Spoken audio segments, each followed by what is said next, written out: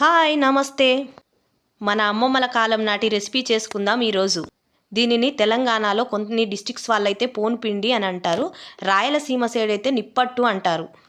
ఇంట్లో బ్రేక్ఫాస్ట్ చేయడానికి ఏమీ రెడీగా లేనప్పుడు కొద్దిగా బియ్యం పిండి ఉంటే చాలు, దీన్ని ఈజీగా చేసుకోవచ్చు. ఒక పెద్ద సైజు ఉల్లిగడ్డను తీసుకొని చిన్న చిన్న ముక్కలుగా కట్ చేసుకోవాలి.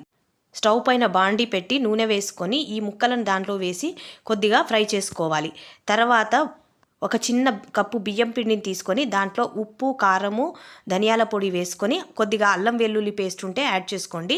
దానిలోకి మనం వేయించుకున్న ఉల్లిగడ్డల ముక్కలు కూడా వేసి సేమ్ అట్ల పిండిని ఎలా కలుపుకుంటామో అలా కలుపుకోవాలి. తర్వాత స్టవ్ పైన ప్యాన్ పెట్టుకొని దానిపైన కొద్దిగా ఆయిల్ వేసి జీలకర్ర, ఆవాలు వేసుకొని మనం కలుపుకున్న పిండిని దోశ మాదిరి వేసుకోవాలి. తర్వాత రెండు వైపులా తిప్పుతూ కాల్చుకోవాలి. వేడిగా ఉండే నిప్పట్టు రెడీ అవుతుంది.